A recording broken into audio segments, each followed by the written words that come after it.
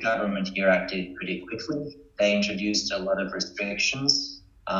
First, they banned the gatherings of more than 500 people. Then they took it down to 10 people. And then they made a temporary ban on people visiting retirement homes because we have to protect, our old people and risk groups. We had the isolation of the main province in the south, but now that's undone. And of course, it's not recommended for people to go outside. It's hashtag stay at home and stuff. We don't need any permission from the government or any form when we move outside. So if you want to, you can do what you want. But of course, it's recommended to stay inside and just keep close contact with who you live with. Ça commence à être mieux. On va dire le premier choix, je crois qu'ils vont ouvrir les restaurants et au lieu d'avoir max 10 personnes, ça sera 50 et après au juillet, ils sont posés encore de ouvrir jusqu'à 500 personnes. Alors ça, ils commencent doucement à ouvrir et changer la stratégie. Everything was left to the common sense of the people. They never asked us to, for example, to say, oh, no, you have to be locked in your place, or, for example, to wear a mask. It's just, it depends from you. The COVID situation is still present. Even if they didn't have so much strict rules as what happened in Italy, I've seen people that really distanced themselves one to each other.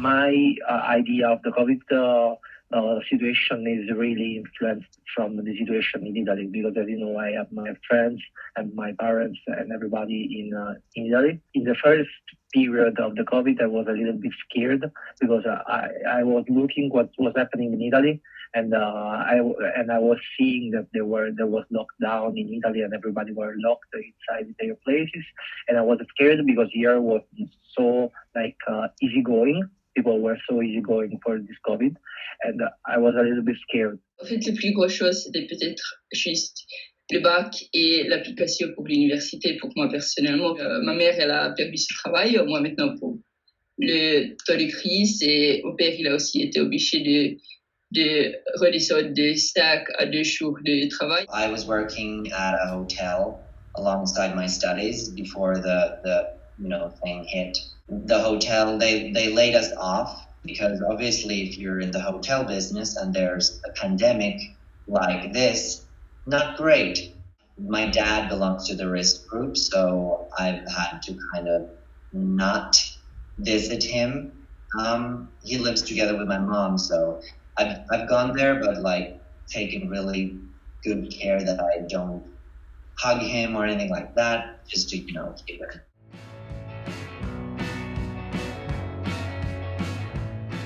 I really like is that they are trying to not to force rules to every country, but each country is trying to have their decision related to the COVID. I don't really think it's youth business. Of course, if there was, for example, emergency supply of critical healthcare supplies, then that would be good. But how would it be distributed between the countries? There are a lot of critical questions that are very hard to answer. So it's maybe better that the government, country by country, call the critical decisions. But of course, everybody could use an emergency supply of masks and gloves and all that kind of stuff. So that would be good to have for EU. L'Union européenne a quand même pris les décisions correctes. Surtout en pensant combien de pays qui faut être unis pour avoir une décision.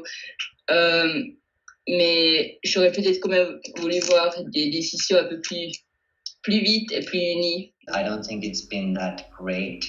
I think there's been a lack of cooperation. Ursula von der Leyen has said that, it failed. We saw when the crisis hit was that all countries kind of worked on themselves immediately. I guess it's some kind of a natural reaction because we're not like a federal state, like in the US, for example. I would have, of course, wanted to see a more kind of, countries helping each other out, But I think it was so quick and so surprising, and there was a lack of resources.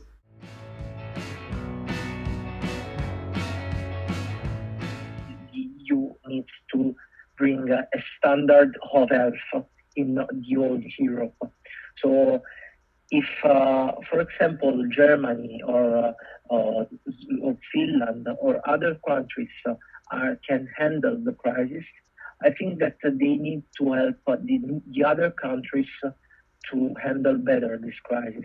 I think the major consequences for Europe will be financial, because every country takes a very serious financial hit when they face the pandemic. Take, for example, Italy, think about all the financial losses, and then they need more financial support from EU. So then that might bring out some friction between countries, so that some countries who handled the pandemic better would not be willing to support those countries where the outbreak was bigger and that need more financial support. It should be bringing countries together, this kind of thing, pandemic, but then it might be actually a factor that separates the countries because they're searching for the guilty one and who made the wrong decisions. J'ai l'impression qu'on est un peu doit make it or break it, qu'il y a la possibilité, bien sûr, qu'on pourra sortir de la crise plus unis et plus fort, parce que on voit que c'est vraiment important de travailler ensemble et que l'Union européenne est vraiment une ressource pour nous.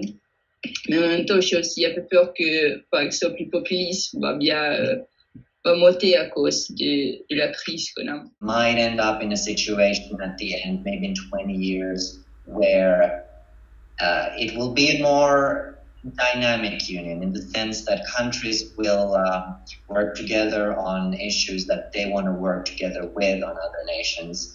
I think at the most radical scenario would be that the union is divided into a union between northern states and a union between southern states, because there's some tension between the north and the south.